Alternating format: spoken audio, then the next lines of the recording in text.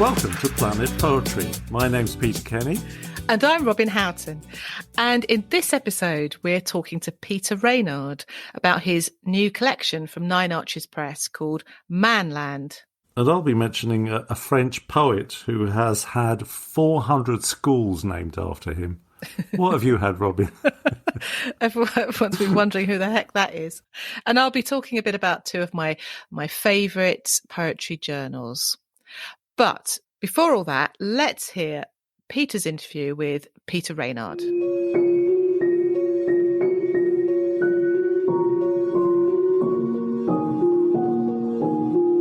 Peter Raynard is a disabled working-class poet and editor. Born in Coventry, he now lives in St Albans. You'll have seen Peter's work widely published in journals and anthologies. He also edited Proletarian Poetry, Poems of Working-Class Lives, for 5 years. He has been an associate of Culture Matters and is an alumni of Malaika's Poetry Kitchen. He has 3 poetry books. In 2018, he published Precarious from Smokestack Books and also The Combination, a poetic coupling of the Communist Manifesto from Culture Matters. Today, we're here to talk about Manland, published this year, 2022, by Nine Arches Press. So, Pete, welcome. It's great to have you on the show. Where in the world does the podcast find you today? Well, it finds me on my sofa in my front room in central St Albans, where I spend much of my life either watching TV or writing. We're talking to you from Raynard Central, then. That's great. I can't tell you how refreshing I found Manland. It's visceral, funny, moving, all kinds of things all at once. The book arises out of the experience of living with disability and is steeped in your working class upbringing. But it seems to me that Manland is very much focused on masculinity and the problems that being a man provokes. These days, I think handling the theme of masculinity, you need sort of asbestos gloves, really. It's quite a tricky one. So, why the title Manland, and what made you want to grab hold of this thorny area? When I first started, like most poetry books, you have a few poems and you're not sure which way they're going. And it just gradually developed. I've just turned 60. I was reflecting on my past life, as you do when you get to this kind of age. I yes, hear you. Yes. And I came from a very male environment. So I used to work in a bookmaker's in my 20s for 8 years, which is great. I really enjoyed it. And it actually helped me out of a mental breakdown that I'd had previously when I was 21. But that's a very male environment. And then the pub across the road, the Cedars, I'll give it a shout out. It's no longer there now, as most pubs aren't. I had up to 50 friends who, any time of the week, you would go in there and there'd be someone sitting there, usually 2, 3, 6, whatever, and forged a great friendship with these 50 or so lads. And in fact, I dedicate the book to them because they were there during the Thatcher years with me, either working on the side or unemployed, and became great friends until I was 30 and then moved to London. It was very masculine. In fact, the pub, it was called the Smoke Room, and then you had the bar and then the lounge. The Smoke Room didn't have a ladies' toilets. So whatever few women came in would have to walk out, and in the winter, in the rain and the cold, go round to the bar to use the toilet. So it was that kind of world in the 1980s.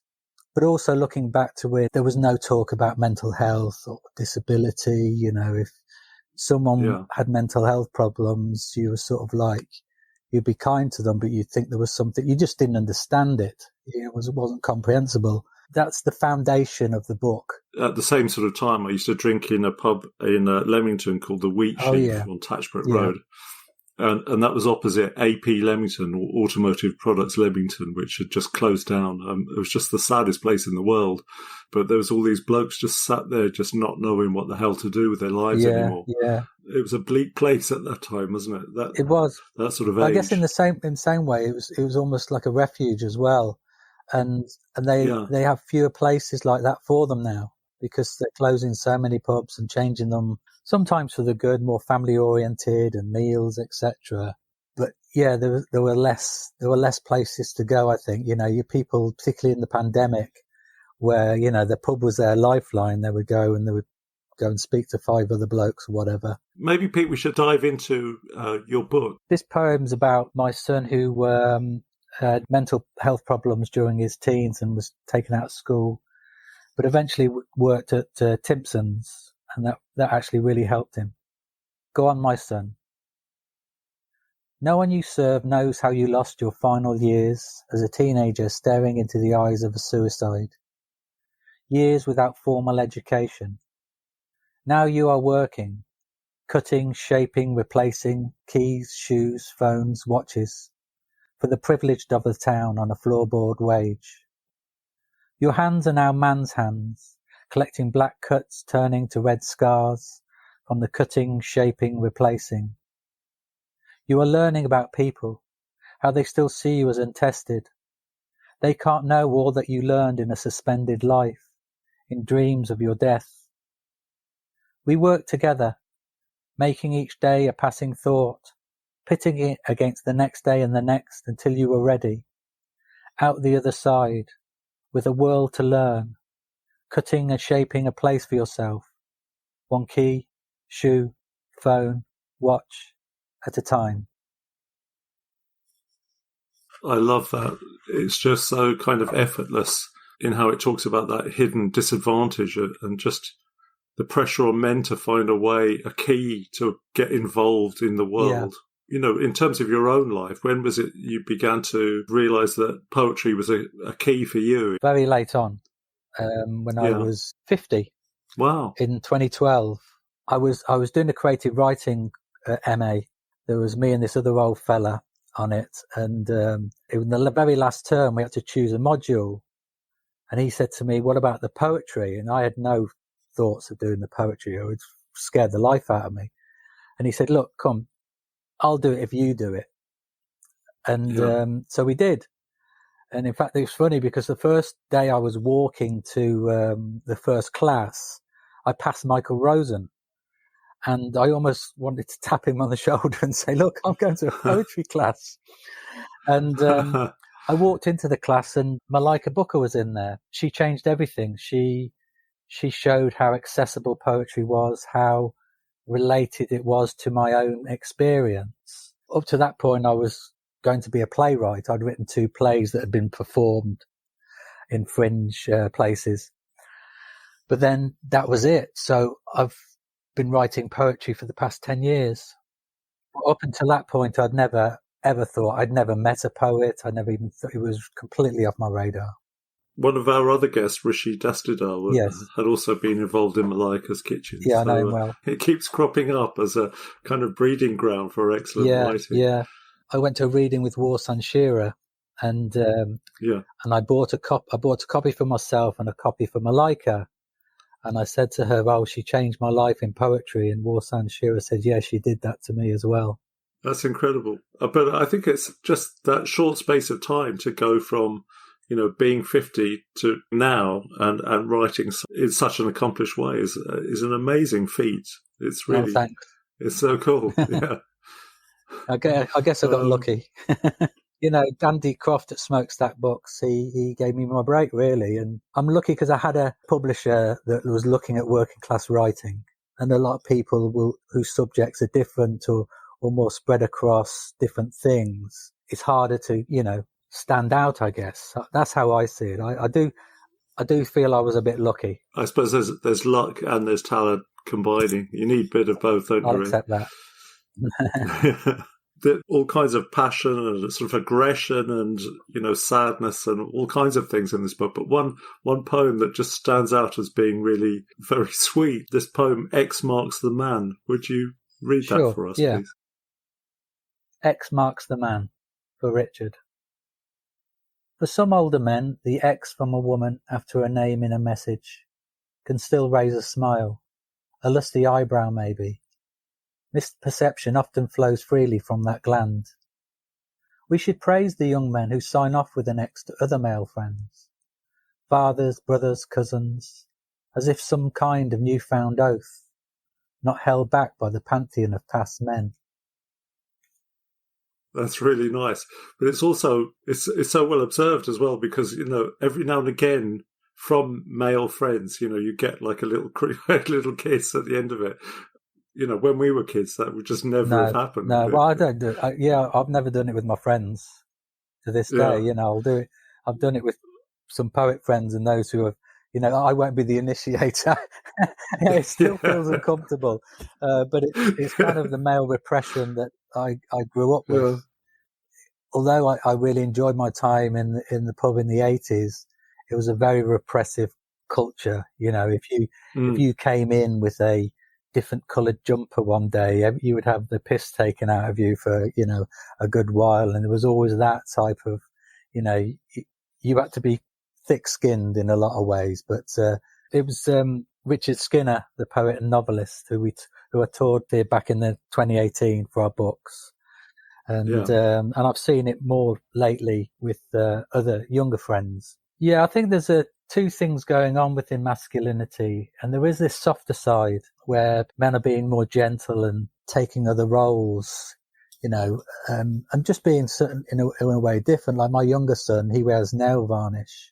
That's nothing in his circles. He's going to be an art student, so maybe there's no surprise there.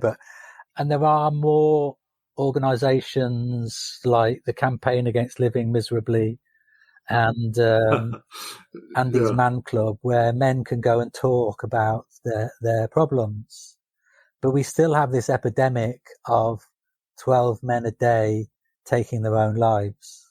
Yeah. And we just don't seem to be able to get past that and able to close that. And then, so the other side of it is that you have programs like Love Island and called SAS Who Dares Wins that portray this need for men to be sculpted and Adonises. And if, you only have to go on YouTube and you will see so many bare knuckle fight videos and that just still there that are kind of what I would call old school masculinity. They're trying to still hang on to what a man in inverted commas should be. Maybe this is a good moment for you to read You Talking to Me. Right. You Talking to Me comes with an epigram by Bertrand Russell. The whole problem with the world is that fools and fanatics are always so certain of themselves, and wiser people so full of doubts. Discussion unfolds like a front-page scoop that knits the pearl of a bloody dispute. In the fruit bowl of cups of tea, couple of pints, breaking bread, sat at a table, on your knees, nose-to-nose problems arise when unused to another's play. Such noise also flows under arrogant bridges, spanning two richly educated rivers, where the they and they said is oracle, bulleted with nothing of the kind, and police, privileged weapons against empathy, until you are told to wipe that political position off your working-class rowing boat. Full stops include, it's always been a one-way street as far as I'm concerned. Oh, I don't care what you say about smoking. My nan lived till she was 90. If all else fails to persuade, there's always the but still. The fine, detailed trump of all cards not to be played too early for fear of an undisputed spat that lets the lions loose in your own den of antiquity. But still, if none of such floats your throat, there's always the dulcet twist to be found in the space between what you believe, what you say, and what the fuck you are going to do about it. Now, who wants a fight? I'll have to be careful where I say that last line somewhere. No, you're all right with black poetry. But we live in these really polarised times, don't we? And that refusal to entertain another person's viewpoint and the way that poem sort of escalates slowly. It's weird, isn't it? Sticking to your guns was one of those like traditional masculine virtues, but it all seems to have gone horribly wrong these days, doesn't it? It seems to have almost been everyone's masculine in that regard. It's really hardened on people, young and old, male and female, and at least on social media, especially Twitter. It's like the boxing ring, and they just go in and they won't back down, and they try and gather a group together and it's all pile on. You don't make a big deal about it, but one of the things that's threaded through this book is your own role as what you call a home father. And that just definitely turns that whole kind of expected male roles on its head in a way. That, you know, being the home father is in a way being the nurturer as well. Mm. Home father's school days. Plagued with elegance, home mothers arrive en masse, recounting midday errands, after school plans. Sleep-filled Bengali fathers have risen to pick up their kids before heading out to deposit various people in various states of inebriation across various places of this earth. A couple of grandfathers in tow with her indoors complete the human presence. Pigeons and crows have their forensic moment in the playground still. Everything is primary now. Fun gives way underfoot to tarmac foam, speckled with stars. Lines to a child's future. Home father searches for his own time of grazed knees and elbows, latched on to the metal climbing frame, dressed up with limpet kids. An open door signals school's end. Birds fly off to their airborne canvas. Home father remembers running towards his own mother with a flock of hunger beside him, chirping, singing, the only pure echoes of his past. I love that ending, running towards his own mother with a flock of hunger beside him. There's a beautiful lyricism about that. My primary school backed onto my house, and at lunchtime, me and a few friends would go to the fence, and my mother, I would look and see if my mother was in the kitchen, and I would shout to her, and she would bring us all out biscuits and feed us through the fence. Oh, amazing. And that's how the kind of first idea of that generated the poem. I was going to make the point that you want an indicator of the lack of the defined gendered roles in society. Go into a primary school playground, because the predominance is women, mothers picking up, and there is only one or two men being the main carers, or in this case where I lived in a Bengali community, these were taxi drivers who were kind of picking their kids up for school at 3, dropping them home, and then going to work. It's quite problematic in the sense that up until the age of 11, the main carers of children are women. There are very few male roles for children to look to. They'll only usually see their father at the end of the day or at the weekend. And that was one of the things that really struck me when I became a stay-at-home parent, that other world that was kind of hidden in this playground that people don't see. Yeah, that sort of loneliness of being a man in the playground. Yeah, it is quite isolating, but I did get to know, and I used to enjoy the after-school chats with different parents and watching the children interact. And I think there is an increase in the percentage that men play in a caring role. But there are lots of different factors to do with pay difference. Men still wrongly get paid more than women.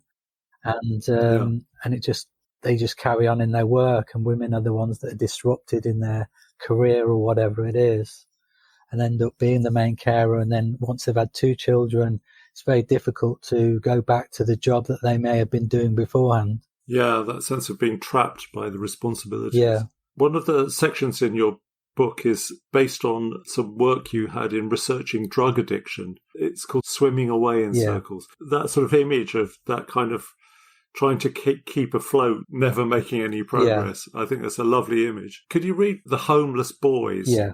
I was just an interviewer, and it was part of a research project by the Institute of Psychiatry in Camberwell.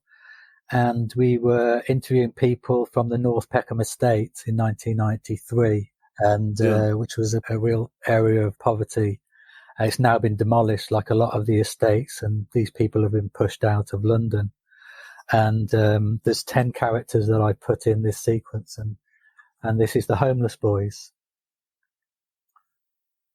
Double act of heroin in the present tense, twinned by free-range parental inheritance.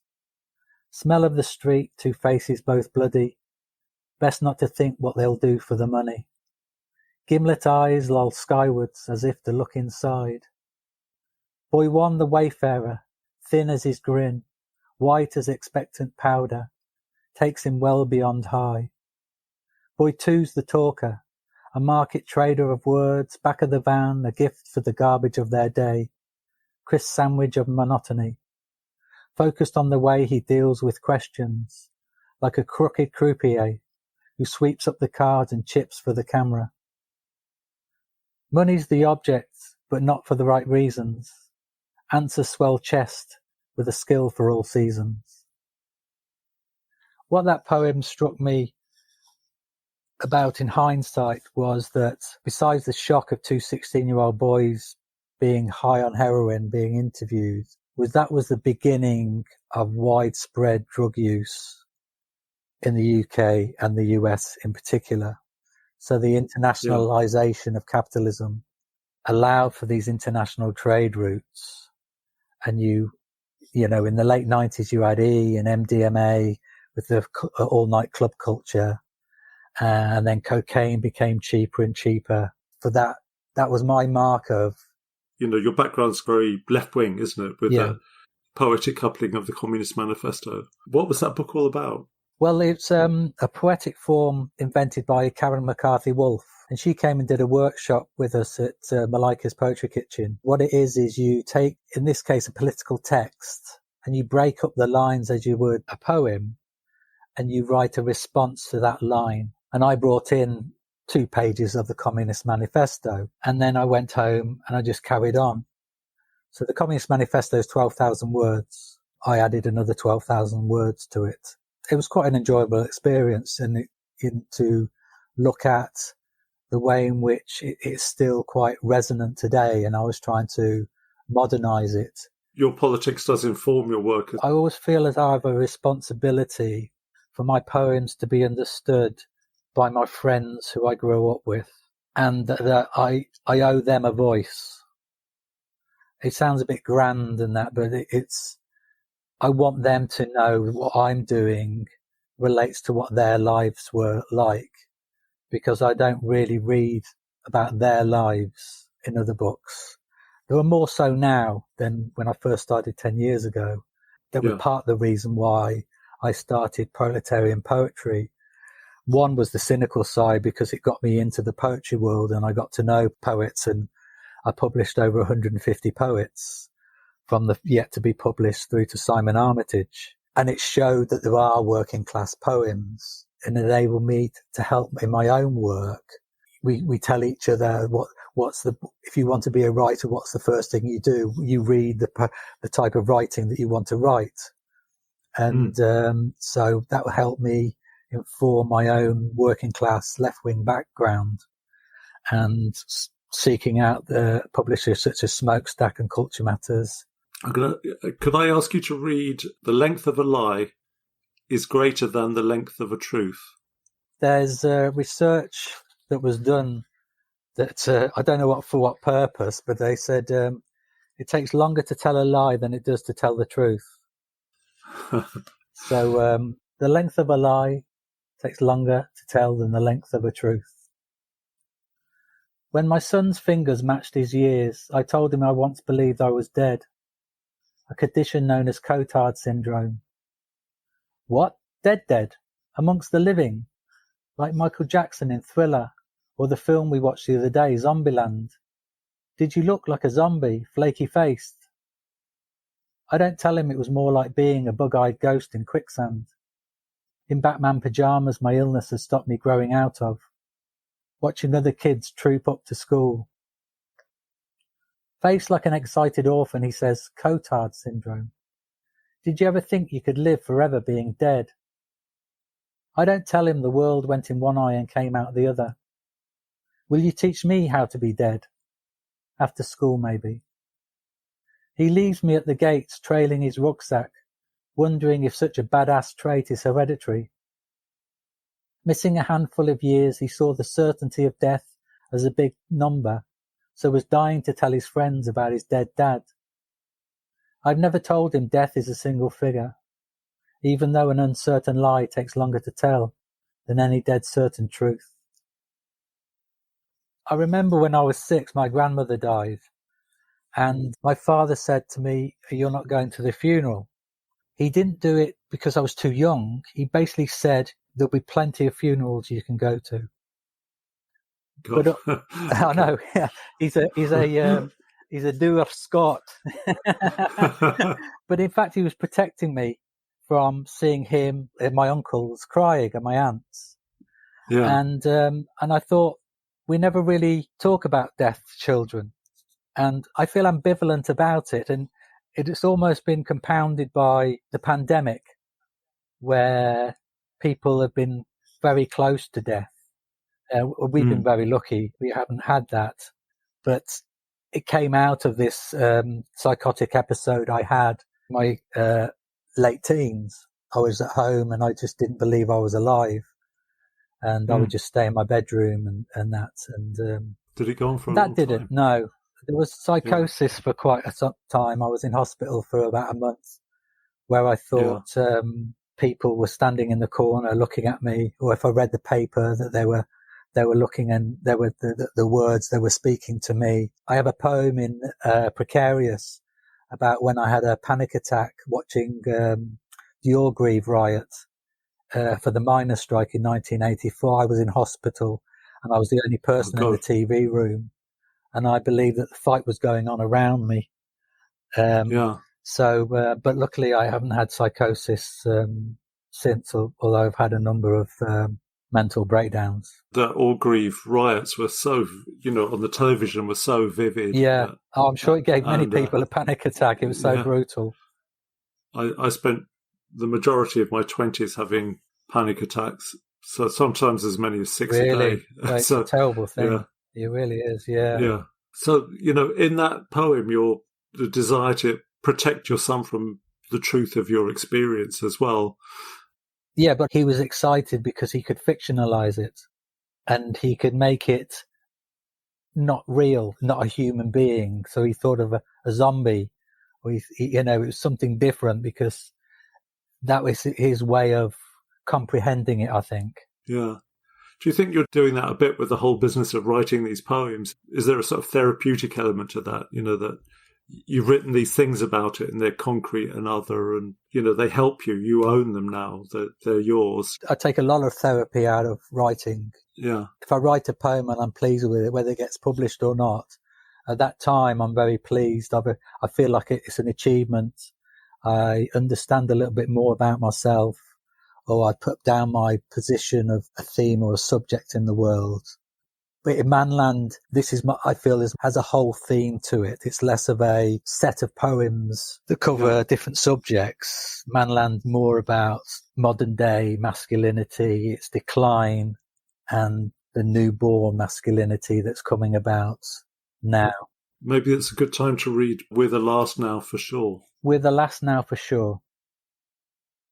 Fluent in slur, we curdled our father's ways, drinking dark pints on wet nights deep down amongst the weeds. Many have fallen. Nigels especially are on the wane, surpassed by Lucifer. But there are still those who keep going back to the Edwards, Harrys, Williams, still beguiled by the posh consonants and foul vowels of a gout-riddled history, still keeping Eton alive. We were the non-employed black-eyed boys, a perennial brotherhood of gang fights, our salute to the present times.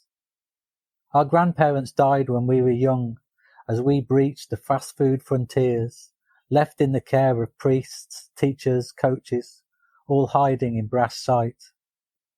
We weren't brought up with the gleam of a scream where everything is free. We owned boredom instead, until Elvis left the pot. The lucky 77s, blending the rum of reggae with punk. But we still held evolution's flame, lighting up our parents' gaze with shiny new lines. The young have thrown away their wands. They hold the wild reins now, sailing across a world drenched in postmodern idolatry. The big men threw acid in the eyes of science, as we sat in the cheap seats tapping away at hotmail.com.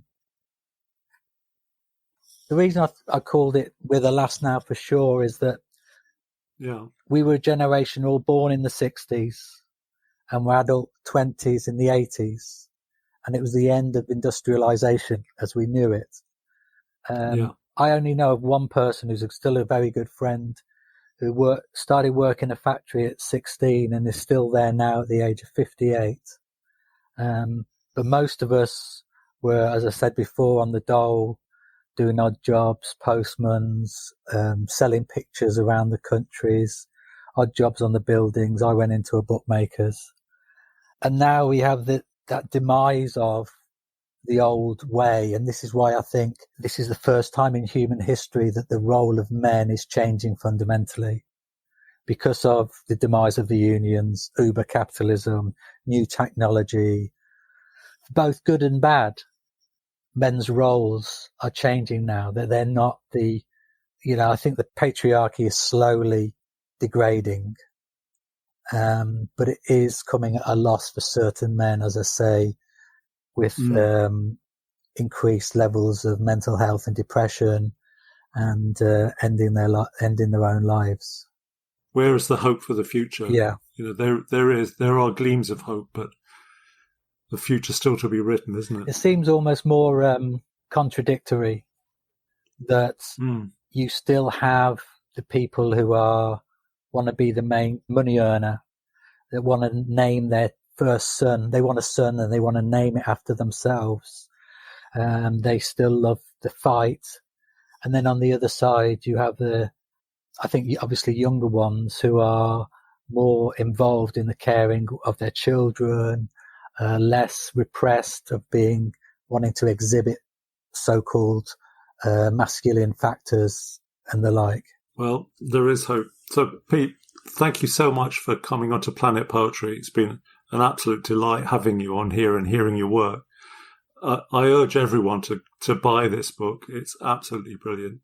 Oh, thank you very much, Peter. Thanks for reading my book so closely and for your time taken out.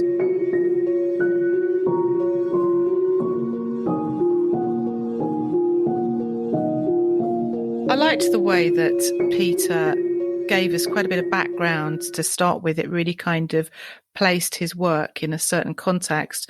And it was really interesting to hear his initial description of this world that he grew up in. I'm not making out that I'm a working class in any way. I don't think. I think that would be a bit ridiculous to say that, because my parents were sort of lower middle class, so I had the quite a nice sort of upbringing.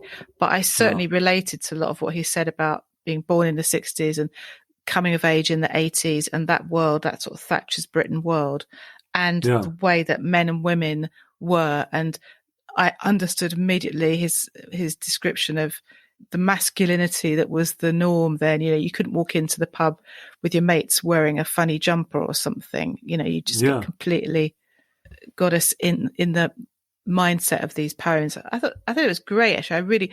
I've seen Peter do a reading from Manland.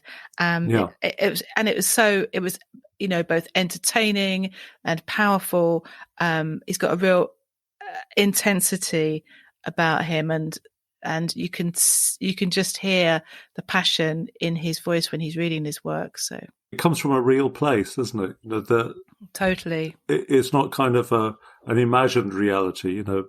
But by chance, I happened to go to Warwick University, which is based just outside Coventry, and I started there in 1979 and lived in that area for several years. And as a student, in the rougher parts of town and things.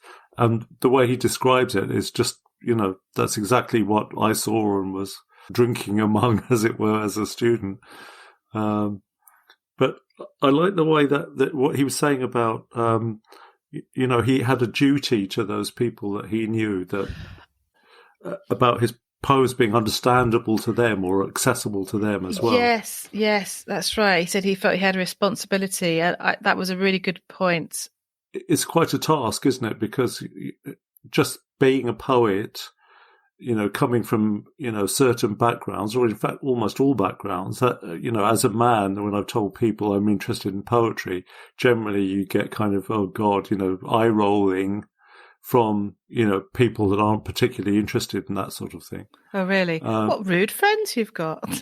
I usually get the blank look or the quick change of subject, Yeah. Well, that's that. But I think as a man, especially when I look back in the past, obviously there were artistic people that I knew, but just, colleagues or people that, you just random people Yeah. would, you say you're interested in poetry, and it's. Yeah. And especially, coming from Pete's background, that kind of idea of being a self-proclaimed poet would be, quite a kind of leap. And so his sense of duty to, not lose touch with those other people. And, because he gets his strength and his subject matter and those attitudes are, the things that he reflects on to drive a lot of his poetry. It is interesting that he said that, isn't it? Because I can think of other people, not necessarily that we've spoken to on Planet Poetry, but I certainly know some male poets who take a different attitude. They've broken away from a repressive upbringing and haven't looked back. That they're happy to actually not be one of those people anymore, not be among them, or to celebrate their escape. Yeah, I suppose that's right. And so, being proud of being different. There was a kind of elegiac tone to a lot of Manland, actually. Also in that book, there's quite a bit, there is anger and there is kind of quite a sparkiness too. But, like Pete was saying towards the end about, people working in manufacturing, how, he only knew one person now that had led that life when, as a teenager, he would have grown up among men and a community that expected to have those kind of long-term jobs and that pride in saying, I work in such and such a place, I do this job, and, I'm part of this community. Yeah, I think elegiac's right. It is a kind of a sense of mourning for something that's gone, and yet many aspects of what's gone were not exactly, were toxic. It's a very kind of ambivalent stand. I agree with you when you say there is anger in his poetry, but there's also a huge amount of dry wit. And you said at one point, there's some really lovely lyrical writing, and I agree. And there's certain lines that I pulled out that I just thought that's really good. There was I think it was in The Homeless Boys, something about the gift of the garbage of their day. And, I just sort of thought, oh, the gift of the garbage, that was really, that's really, really interesting. The relationship with his son, really beautiful. And the poem where he said his son, is able to fictionalize death by thinking of it as like a zombie. I thought that was particularly lovely. I really like that. And also, Pete's honesty in talking about that episode that he had where he did feel like he was kind of almost dead in being alive. Yeah. And in a way, the courage of talking to your son about that, and then the son doing something extra with that's very creative and passing the baton on in a way of imagination. Yes. And it turning into a sort of a positive imagination. What did you think of how his politics kind of worked with his poetry? I thought he wove it in very well and was very articulate about what it was that he was trying to communicate and in the poems. And I was in awe of the idea of adding another 12,000 words to the Communist Manifesto. But yes. I still sort of feel like I'd like to read that, but I might be a bit daunted by it. Yes, I mean, he wears his politics on his sleeve, if you like, but at no point does one feel bashed over the head with it. It's very subtle writing. It's not didactic in any way, is it? He's not telling you what to think. He's just informed who he is and how he sees the world. Yeah, absolutely. And I can totally see where he's coming from, the way he, in that, I think, was it the last poem? We're the last now for sure. Phrases like, we didn't have the screens, but we owned boredom instead, and all of those things. I don't know whether it's because you and I did live through that era as well. I don't know whether that's one of the reasons we can relate to that. But after I interviewed Pete, he was kind enough to send me a copy of The Combination, which is the poetic coupling of the Communist Manifesto. And it is this thing of the Communist Manifesto kind of interspersed almost line by line with poetic comments and additions that he's made. Extraordinary. It sounds extraordinary. It's a labour of love in a way. I'm just looking at the sort of opening, remark says, a spectre is haunting Europe. In it, though, what with Brexit, the refugee crisis, rise of the far right, the spectre of communism, that red loose blanket in need of tucking in. And so it goes on, that kind of commenting line by line. It's a real sort of labour of love. I like that. It's a different way of engaging with the Communist Manifesto. I like that idea. It's bringing it into the present day. And there was that poem at the beginning, wasn't there? Go on, my son, talking about his son getting the job in Timpson's, and I just found it very touching. And it's very real, like you say. It comes from a real place. It's authentic, but it's also good poetry. It's difficult for a young man sometimes to find where he fits in society.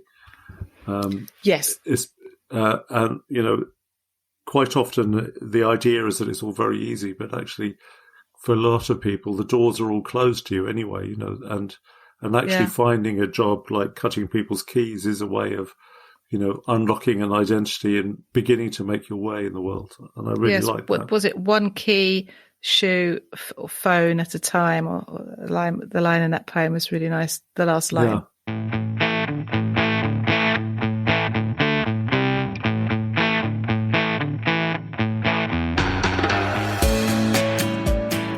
It's this time in the episode that we talk a bit about what we've been reading. Do you want to kick off? What have you got to tell us about today? Yeah, well, I feel like I'm sort of turning up to school with not having done my homework, really. Oh, naughty. Because I've finally moved into my new house, and I've just been carrying boxes and squeezing in my day job and various other things. I've had to resort to an old favourite, this French poet called Jacques Prévert. My French pronunciation is abominable, so... But anyway, I've got this book called Paroles, which was translated by Lawrence Ferlinghetti in 1959. Yeah. I was reading this article in preparation for this about Prévert, because I don't really know too much about him, but apparently he's just absolutely lionized in France as a kind of very popular poet. So the book was published in 1946, so it was like a big literary event just after the war, which may have had something to do with it. But apparently it sold like 5,000 copies in the first week. Gosh. Which for a poetry book's amazing, really. It is. And there's like 400 schools in France named after him. So He's like a really big deal. And I was reading this article in the Irish Times by Laura Marlowe, who's the Paris correspondent. I learned from this that it was a bit of a miracle that this book ever kind of emerged at all, as Prévert's thing was to be like scribbling his poems on bistro tablecloths and on bits of paper that he used to hand out to attractive ladies, and just generally be a bit utterly chaotic. But this editor, who was named René Bertel, managed to track 79 of his poems down. And in fact, in the translation I've got, which is the Ferlinghetti translation, he said he actually read one of Prévert's poems on a paper tablecloth in 1944, which is how he got to know about him. And he had this tablecloth thing. This isn't your MO, is it, Peter? Madame, would you like a poem? You look very gorgeous, and let me hand you this poem I've just penned. Yeah. Which, apparently went down well in the 1940s Paris, but who knows? Sorry, I interrupted there. He had but apparently he had this kind of sort of classic writer's anti-hero backstory. His dad was an alcoholic and a failed writer, and so Jacques grew up as a street urchin and did pimping and thieving, and he tried to slip out of doing military service by feigning mental illness as well. But anyway, he joined the army and then fell in with surrealist poets who he promptly fell out with, but he mated up with people like Picasso and Giacometti and Chagall instead. Mm-hmm. So he was he knew all these amazing people, and he slipped into working with film. And this is the thing, I'm getting to the point really, that it's very apparent every one of his poems is kind of, not every one of them, but many of them are like moments, like snapshots or little passages from films, just almost like a still life, or just, 20 seconds of a film. And there's this one poem that is called At the Florist's. It's just one of these little scenes. I'll read it quickly now. Mm. A man enters a florist's and chooses some flowers. The florist wraps up the flowers. The man puts his hand in his pocket to find the money to pay for the flowers. But at the same time, he puts, all of a sudden, his hand on his heart, and he falls. At the same time that he falls, the money rolls on the floor, and then the flowers fall, at the same time as the man, at the same time as the money, and the florist stands there with the money rolling and the flowers spoiling, with the man dying. Obviously, this is all very sad, and she's got to do something, the florist, but she doesn't know quite where to start. She doesn't know at which end to begin. There's so many things to do, with this man dying, with these flowers spoiling, and this money that rolls and doesn't stop rolling. Yeah, I like that. I like the way it ends as well. It's still kind of, everything's suspended, or it's still happening, but, she's in this suspended moment. Apparently, lots of poets kind of looked down their nose at him because it was quite simple, and apparently one of the problems with translating him is it's all so simple. It comes, it's difficult to translate, curiously, counterintuitively. But yeah, for me, that poem's in my mental museum was like an exhibit of a poem that's just like a snapshot. This guy buying some flowers and then dropping dead and spilling the flowers and the money, and that's it. The simplicity of the way it's described just kind of stays with you somehow. So that was in lieu of my homework of revisiting an old poem. So that was the first book you picked out of the box that you were unpacking? Yeah. Oh, God. I've got so many boxes that remain unpacked. It's horrific. It is like meeting old friends unpacking boxes, because normally when things are filed away on bookcases, some of them become invisible. And then yes, indeed. And when you pack them, and when you do the packing, you're so like, oh God, I've got all these books, but you chuck them all in the box. You don't really look at them when you're packing, but on the unpacking and your new abode, and you're wondering where to put them, and you start looking, oh yeah, I forgot I had that. Oh, that's nice. So, but that's good. So thank you for introducing us to Jacques Prévert. So I'm hoping you've done some homework, Robin. You know how magazines sort of arrive sometimes all at once, various glutton magazines. Yeah. Glutton. But a couple that have come through in the last few weeks are the Frogmore Papers, which is special edition. It's the 100th edition. So it started back in the 80s, and it's been under Jeremy Page's editorship right from the start. So he's remained sane through that whole time in editing the magazine. And of course, we interviewed him on the podcast not that long ago, didn't we? And he talked a bit about that. Yeah, so that landmark. Planet Poetry is a big friend of the Frogmore Papers. So that I've enjoyed. It's all sorts of interesting work in there. And what's also interesting is there are some poems in here by writers who contributed to either the first edition or one of the early editions. It's got Simon Armitage in, isn't it? They've got the Poet Laureate to contribute. They have.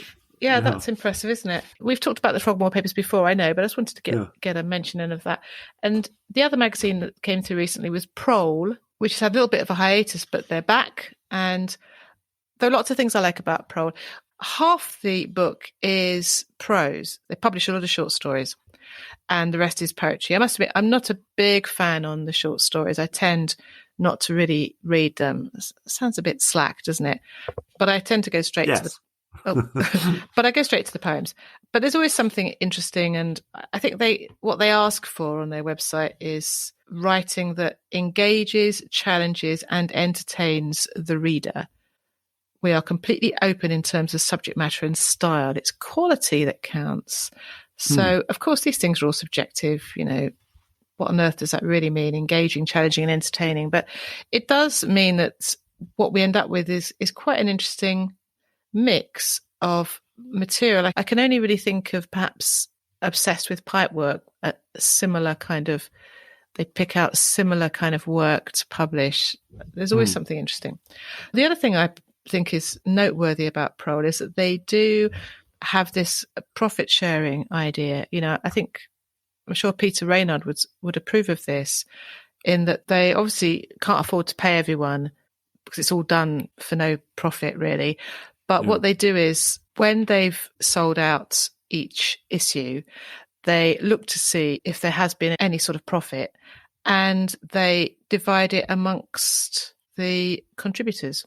Yeah, so we're not talking, we're not talking loads of money, but I tend to tell them, just keep it, you know, keep it for Prol. It's not a huge amount of money, and they seem grateful for that. And I'm sure other people say that too. But the principle of it is that they sit down and they work out what everyone's due, and everyone officially gets a little share of the profit. And the fact that they go to that trouble to do that, I think is really admirable. And so, you know, I think that's fantastic that they do that. So so Prol, it's published in Wales. Yeah, so Prol and Frogmore Papers. So if anyone's listening and wants to rotate their subscriptions and move their money around a bit, then I recommend those two. Yeah, both of us try and do that, don't we? Subscribe here and there. Yeah, yeah. Oh, I was going to read a little poem out of Prol, just as there are a few that I was choosing between, but I thought here's a shortish number. And it's by Richie McCaffrey, who I think is a Scottish poet. I know the name. His name crops up in various magazines. Sounds Scottish. Clues in the name. So it's by Richie McCaffrey. It's called Pincer Movement.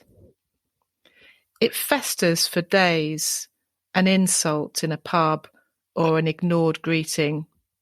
Only a walk on the beach clears it. On the shoreline, the severed claw of an edible crab shakes itself at me. I bend down and see that its pincers are only slightly open, a measurement in death of how little of a care I should give all this in life. That's it. That's really nice. Yeah, I like that. It's quite sweet, isn't it? Just a moment, you know, makes you think. In the intertidal zone.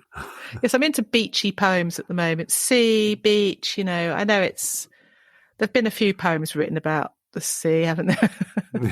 One or two.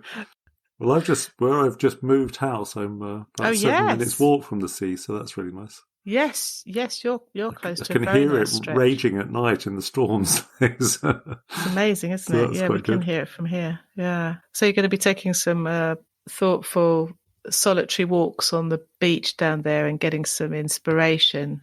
I mean, that's how I started writing, really, was writing about Guernsey, and the sea was... in fact, that's one of the reasons I ended up moving down to the coast, really, is just the desire to be near the sea.